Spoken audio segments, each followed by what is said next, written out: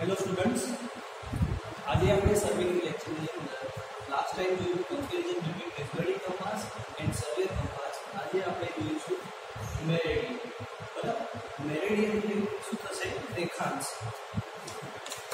તો આપણે રેખાંશ વિશે જોઈશું કે મેરેડિયનની અંદર આપણે મેરેડિયન, મેગ્નેટિક મેરેડિયન, પછી આર્બિટ્રરી મેરેડિયન જોઈશું. એના પછી આપણે જે ફિગર દોરી છે એના પર બી આપણને સારી એવી સમજ રહેશે. મેરેડિયન જે છે તે આપણને અહીં બતાવેલું છે. બરાબર, આ જે લાઈન છે એ અહીં આપણે ટ્રુ મેરેડિયન બતાવેલું છે. પછી છે મેગ્નેટિક મેરેડિયન.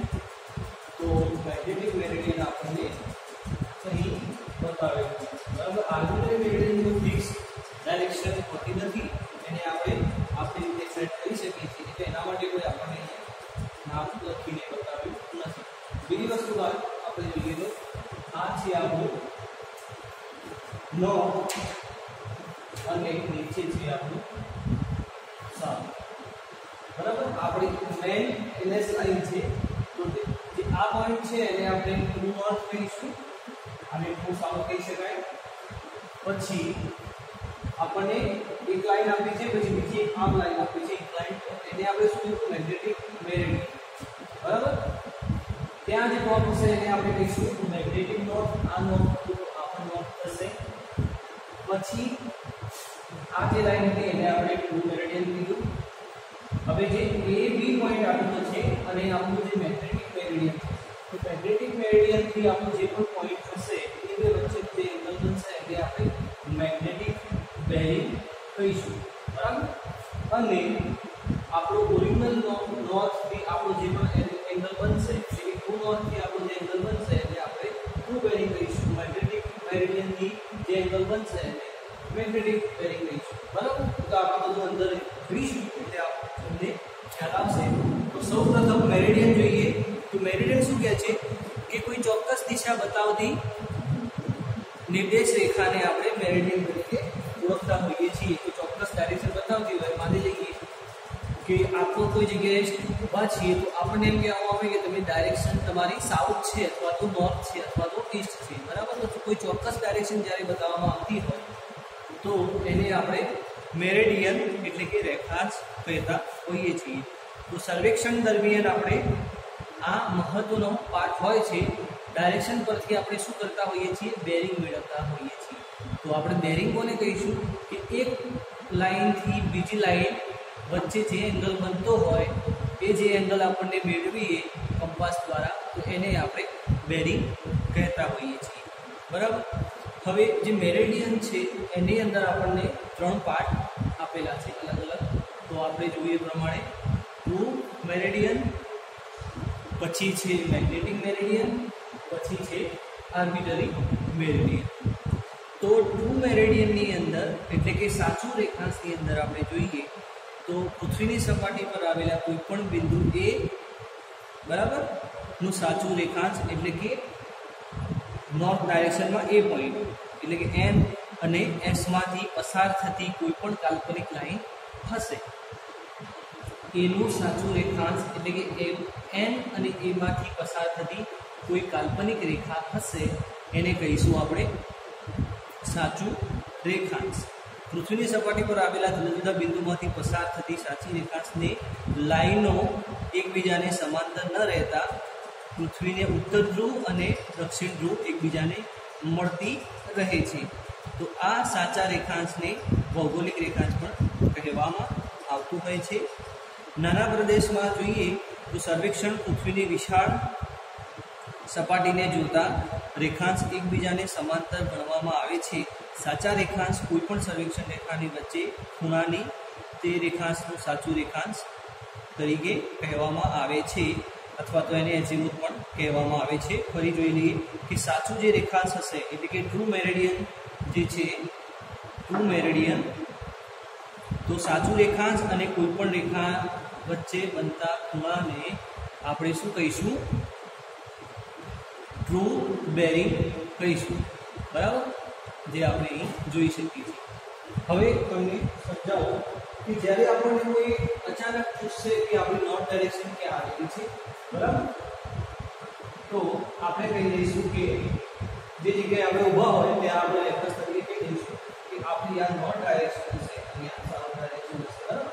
પણ જ્યારે આપણે કંપાસનો ઉપયોગ કરી અને નોર્થ ડાયરેક્શન ફાઇન્ડ કરીએ છીએ તો એ આપણને આ ડાયરેક્શનમાં મળે છે, એટલે કે ઓરિજિનલ જે આપણી છે નોર્થ ડાયરેક્શન એ આ ડાયરેક્શનમાં હોય છે. એ રીતે ફિગરમાં જોઈએ તો આ જે આપણી લાઈન છે કાલ્પનિક છે. કાલ્પનિક એટલા માટે કે આપણે જે જગ્યાએથી ઉભારીની વાત કરતા હોય કે નોર્થ ડાયરેક્શન આપણી આ બાજુ છે અથવા તો આ બાજુ છે, એ આ લાઈન છે જેને આપણે કાલ્પનિક લાઈન તરીકે ઓળખતા હોઈએ છીએ. પણ જ્યારે આપણે કંપાસનો ઉપયોગ કરીશું અને પછી આપણને નોર્થ ડાયરેક્શન મળશે તો એને આપણે આ લાઈન તરીકે એટલે કે મેગ્નેટિક નોર્થ તરીકે ઓળખીશું. જ્યારે કંપાસનો ઉપયોગ કરીશું તો જે લાઈન મળશે એને મેગ્નેટિક નોર્થ કહીશું અને કંપાસનો ઉપયોગ નહીં કરીએ અને જે લાઈન મળશે એને ટ્રુ નોર્થ કહીશું, બરાબર. ટ્રુ નોર્થ જે છે એ કાલ્પનિક લાઈન રહેશે. હવે બીજી વસ્તુ આપણને આની અંદર કહેવામાં આવી કે જ્યારે ટ્રુ નોર્થ થી કોઈ ડાયરેક્શનમાં AB પોઈન્ટ આપેલો હોય અને એના વચ્ચે જે એંગલ બનશે એને કહીશું આપણે ટ્રુ બેરિંગ, બરાબર. કોઈ લાઈન કાલ્પનિક લાઈન છે, બરાબર. આ લાઈન જે આપણે વાત કરીએ પ્રમાણે કાલ્પનિક લાઈનથી કોઈ પણ ડાયરેક્શનમાં કોઈ એંગલ બનતો હોય, અહીંયા આપણે AB લાઈન આપેલી છે તો AB લાઈન અને આપણી જે નોર્થ ડાયરેક્શન જે આપણે એઝ્યુમ કરીએ છીએ એપ્રોક્સિમેટલી એ બે વચ્ચેનો જે એંગલ બનશે એને કહીશું આપણે ટ્રુ બેરિંગ, બરાબર. ટ્રુ બેરિંગ વિશે આપણે સમજી લીધું. હવે આગળ જોઈએ તો આગળ આપણને મેગ્નેટિક મેરેડિયન, બરાબર. ટ્રુ મેરેડિયન આપણે જોઈ લીધું કે જે કાલ્પનિક લાઈન હશે તો એને આપણે ટ્રુ મેરેડિયન કહીશું. ત્યાંથી આપણે કોઈ પણ મેઝરમેન્ટ લઈશું તો એને ટ્રુ મેરેડિયન કહીશું. આની અંદર આપણે અહીં જોઈ શકીએ છીએ ટ્રુ મેરેડિયન, બરાબર. સેકન્ડ આવશે મેગ્નેટિક મેરેડિયન. તો મેગ્નેટિક મેરેડિયન ક્યાં છે? અહીં આપેલું છે, બરાબર. તો આની અંદર કોઈ પણ સ્થળે ચુંબકીય સોયને મુક્ત રીતે લટકાવી અને સોયના છેડા વડે આપણને જે ડાયરેક્શન મળશે, ઇન શોર્ટ કે કંપાસનો ઉપયોગ કરી અને આપણને જે ડાયરેક્શન મળશે, બરાબર, તો એને આપણે મેગ્નેટિક મેરેડિયન કહીશું. મેગ્નેટિક મેરેડિયન એટલા માટે કે કંપાસની અંદર મેગ્નેટ હોય છે અને મેગ્નેટના કારણે જ આપણે સાચી દિશા ફાઇન્ડ કરી શકતા હોઈએ છીએ, એટલે આને આપણે મેગ્નેટિક મેરેડિયન તરીકે ઓળખીશું. અને જે મેગ્નેટિક મેરેડિયન એટલે કે ચુંબકીય રેખાંશ જે છે એ અને સર્વેક્ષણ રેખા વચ્ચે જે બનતો ખૂણાને, બરાબર, ક્લોકવાઇઝ દિશામાં માપવામાં આવે ત્યારે જે ખૂણો બનતો હોય એને કહેવાશે મેગ્નેટિક બેરિંગ, બરાબર. મેગ્નેટિક બેરિંગ કોને કહેવાશે કે મેગ્નેટિક મેરેડિયન અને અધર કોઈ લાઈન હોય એના રેફરન્સમાં A અને B લાઈન છે તો એના બેના વચ્ચે જે ખૂણો બને છે એને આપણે મેગ્નેટિક બેરિંગ કહીશું, બરાબર.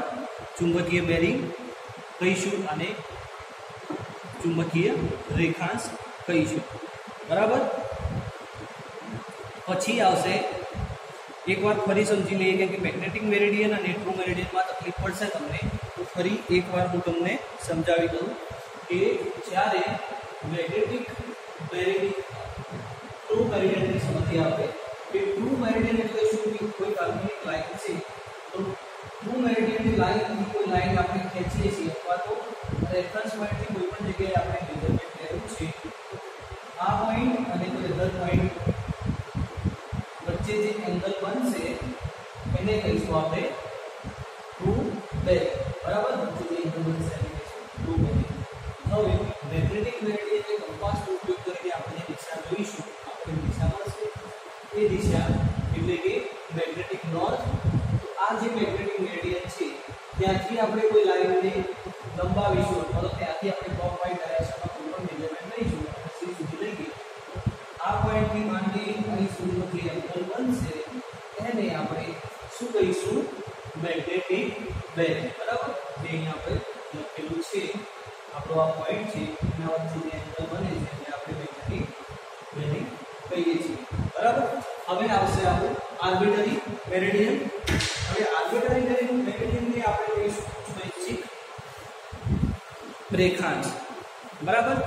હવે ઘણી જગ્યાએ આપણને કંપાસ ના મળી શકતો હોય અથવા તો જે જગ્યાએ કામ કરવાનું છે ત્યાં ઘણા બધા અડચણ ઊભા થતા હોય, ટેમ્પરરી આપણે નોર્થ ડાયરેક્શન ફાઇન્ડ કરવાની હોય, એવા બધા કારણોસર આપણે શું કરતા હોઈએ છીએ, નાના વિસ્તારના કાર્ય માટે એક કાયમી નિશાન જેવું બનાવી દઈએ છીએ. જે રીતે કે દૂરના કોઈ સ્થળ પર ચર્ચની ટોચ હોય બરાબર, અથવા તો ચીમનીની ટોચ હોય વગેરે ડાયરેક્શનમાં દિશા તરફ રેખાંશ તરીકે લેવામાં આવતું હોય, જેને આર્બિટરી રેખાંશ કહીએ છીએ. બરાબર. અને સ્વૈચ્છિક રેખાંશ એટલે કે આર્બિટરી રેખાંશ અને સર્વેક્ષણ રેખા વચ્ચે બનતા ખૂણાને આર્બિટરી બેરિંગ એટલે કે આર્બિટરી બેરિંગ કહીએ છીએ. હવે આર્બિટરી બેરિંગની અંદર આપણે સમજવા પડે કે કોઈ નજીકના સ્થળ પર ચીમની હોય અથવા તો ચર્ચનો ટાવર હોય તો એ ડાયરેક્શનમાં આપણે બાયસેક્ટ કરીશું. માની લઈએ કે અહીંયા આપણને કોઈ ચીમની આપેલી છે. બરાબર. સર્વે આપણે અહીંથી કરવો છે તો ચર્ચ જે ચીમનીનું ટાવર છે એ આપણે નોર્થ ડાયરેક્શન બાંધી દઈએ અને ત્યાંથી આપણે કોઈ ડાયરેક્શનમાં મેઝરમેન્ટ કરીશું. આ જે એંગલ બનશે એને આપણે આર્બિટરી મેરિડિયન તરીકે ઓળખતા હોઈએ છીએ. જે વસ્તુ આપણે આની અંદર કરી કે આપણે મેગ્નેટિક નોર્થથી કોઈ પણ એંગલ કોઈ પણ ડાયરેક્શનમાં મેઝરમેન્ટ લઈશું એના વચ્ચે જે એંગલ બનશે એને આપણે શું કહીશું? Magnetic bearing. તો આને કહીશું આર્બિટરી બેરિંગ. બરાબર. સિમ્પલ છે કે ખાસ એવું સમજણ ના પડે એવું નથી, તો તમને ખબર પડી રહી હશે. હવે સિમ્પલ સમજીએ કે શું કહેવા માંગે છે. તો એક્ઝામની અંદર તમને ઘણી વખત એ ડેફિનેશન પૂછાતી હોય છે કે ટ્રુ મેરિડિયનની ડેફિનેશન આપો અથવા તો ટ્રુ બેરિંગની ડેફિનેશન આપો અથવા તો મેગ્નેટિક મેરિડિયન, મેગ્નેટિક બેરિંગ અથવા તો આર્બિટરી મેરિડિયન. તો તમારે એ રીતે લખવાનું જે રીતે કે ટ્રુ બેરિંગની ડેફિનેશન પૂછી હોય તો એવું લખવાનું કે જ્યારે આપણે અંદાજ પડતા નોર્થ ડાયરેક્શનથી માંડી અને તેના રેફરન્સથી પસાર થતી કોઈ અધર લાઇન એટલે કે કોઈ એબી લાઇન જ્યારે ટચ થતી હોય આપણી NS લાઇનને અને એના વચ્ચે જે એંગલ બનતો હોય એને આપણે શું કહીએ છીએ? ટ્રુ બેરિંગ કહીએ છીએ. એ જ રીતે મેગ્નેટિક મેરિડિયનની જે લાઇન હોય ત્યાંથી માંડીને કોઈ પણ ડાયરેક્શનમાં ક્લોકવાઇઝમાં કોઈ એંગલ બનતો હોય તો જે વચ્ચેનો એંગલ હશે એને આપણે મેગ્નેટિક બેરિંગ કહીશું. બરાબર. આ રીતે તમને સમજણ પડી ગઈ છે, પરંતુ એક્ઝામની અંદર તમારે આ પેટર્ન બનાવવાની રહેશે અને આ રીતે સમજાવવાનું રહેશે. બરાબર. કંઈ ખાસ નથી. Magnetic meridian, magnetic north, true meridian, true north. બરાબર. આ ચાર નામ પતી ગયા. હવે મેગ્નેટિક મેરિડિયન છે તો એના વચ્ચે જે એંગલ બનશે એને કહેવાશે મેગ્નેટિક બેરિંગ અને ટ્રુ નોર્થ વચ્ચે જે એંગલ બનશે એને કહેવાશે ટ્રુ બેરિંગ. બરાબર. સિમ્પલ જ છે, કંઈ ખાસ નથી. હવે આપણે આગળ જોઈશું બેરિંગ. હવે બેરિંગ આપણે કરીએ છીએ તો બેરિંગ શું છે?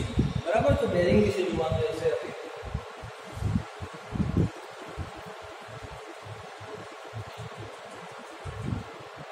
હવે આપણે આગળ જોઈએ તો આપણો ટોપિક ન્યૂ ટોપિક છે બેરિંગ. બરાબર. તો આના પહેલાં જોયું આપણે મેરિડિયન હતું. બરાબર. રેખાંશ. હવે બેરિંગ કોને કહીશું? તો બેરિંગ અહીં આપણે જોઈ શકીએ છીએ. સૌપ્રથમ તો આપણે અહીં આ ફિગરની અંદર જોઈશું કે બેરિંગ એટલે શું. તો બે લાઇન વચ્ચે બનતા ખૂણાને આપણે બેરિંગ કહીશું. બરાબર. મેં તમને પહેલાં પણ સમજાવ્યું જે રીતે કે નોર્થ ડાયરેક્શનથી કોઈ લાઇન આપણી AB છે તો એનો એંગલ θ1 બની રહ્યો છે. બરાબર. પછી નોર્થ ડાયરેક્શનથી આપણી કોઈ લાઇન AC છે તો એનો જે એંગલ બની રહ્યો છે એ θ2 બની રહ્યો છે. પછી નોર્થ ડાયરેક્શનથી આપણી જે લાઇન છે એ B એટલે કે અહીં સુધીનો જે એંગલ છે એને આપણે θ3 કહીશું. અને નોર્થ ડાયરેક્શનથી જે ક્લોકવાઇઝ ડાયરેક્શનમાંથી પણ એંગલ બની રહ્યો છે એ તો એ વચ્ચે જે એંગલ બને છે એને θ4 કહીશું. બીજી વસ્તુ એક આપણને ચરણમાં ખબર છે કે પહેલું, બીજું, ત્રીજું અને ચોથું, ચાર ચરણમાં આપણે આને વહેંચેલું હોય છે. હવે આપણે જોઈએ બેરિંગની ડેફિનેશન. તો સર્વેક્ષણ રેખાના કોઈ ચોક્કસ મેરિડિયન સાથેના ખૂણાને સર્વેક્ષણ રેખાના કોઈ ચોક્કસ મેરિડિયન સાથે બનતા ખૂણાને આપણે બેરિંગ કહીશું. બેરિંગની અંદર બે પાર્ટ્સ પડેલા છે. બરાબર.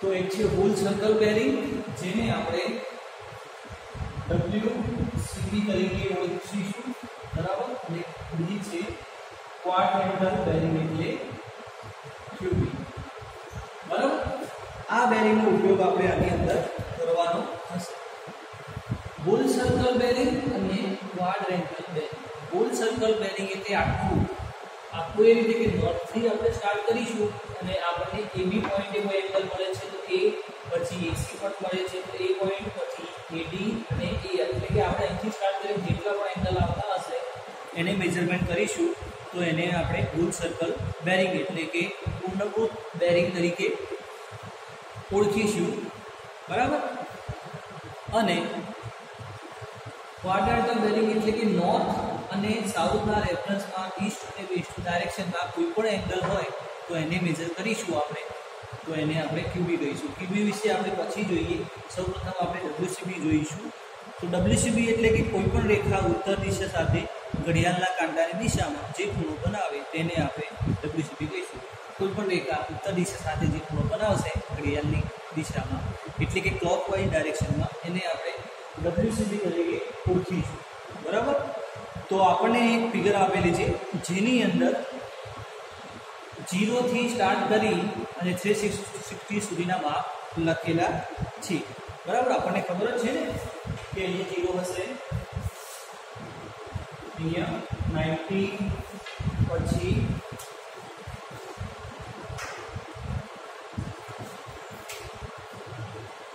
અહીંયા 90 પછી અહીંયા 180 ડિગ્રી આ બાજુ 270 ડિગ્રી અને 360 ડિગ્રી બરાબર તો એ પ્રમાણે આપણે જોઈએ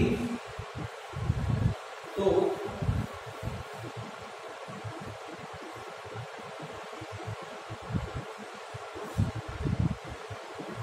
કોઈ પણ ડાયરેક્શનમાં એંગલ જ્યારે બને ત્યારે આપણે ડિગ્રી પ્રમાણે કામ કરવાનું રહેશે એને આપણે બેરિંગ કહીએ છીએ તો બેરિંગની અંદર આ પ્રમાણે અલગ અલગ મેઝરમેન્ટ આપેલા છે જે 0 થી સ્ટાર્ટ કરીને 360 સુધીના રહેશે બરાબર હવે ફિગરની અંદર જોઈએ તો ફિગરની અંદર જુઓ કે WCB of line AB રેખાનું WCB કેટલું છે θ1 જે આપણે અહીં જોઈ શકીએ છીએ બરાબર θ1 પછી આવશે કે WCB ઓફ લાઇન AC એટલે કે AC નું WCB કેટલું છે એ થશે આપણું θ2 બરાબર પછી આવશે AD લાઇન તો AD લાઇનનું WCB કેટલું થશે θ3 તો AG અને D લાઇનનું WCB થશે θ3 જે આપણે જોઈ શકીએ છીએ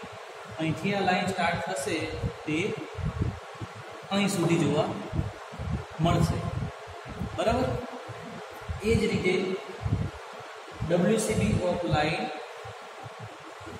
આપણી લાઇન AF બરાબર AF એટલા માટે કે E આપણે નથી લીધો E આપણને અહીં આપેલો છે એટલે આપણે F લઈ લીધો કેમ કે સરખું થઈ જશે પછી તો અહીંથી સ્ટાર્ટ કરી અને અહીં સુધીનું માપ એટલે કે θ4 તો આ રીતે આપણે અલગ અલગ એંગલ મેઝર કરવાના હોય છે જેને આપણે શું કહીશું આ મેથડનો ઉપયોગ કરીશું તો એને આપણે WCB કહીશું જ્યારે બીજી મેથડ જે કે QB મેથડ છે એનો ઉપયોગ કરીશું તો એને ક્વાડ્રેન્ટલ એટલે કે QB તરીકે ઓળખીશું બરાબર તો ફરી એકવાર જોઈ લઈએ કેમ કે આના પરથી આપણા એક્ઝામ્પલ આવશે અને આના પરથી જ આપણો પ્રેક્ટિકલ થતો હોય છે તો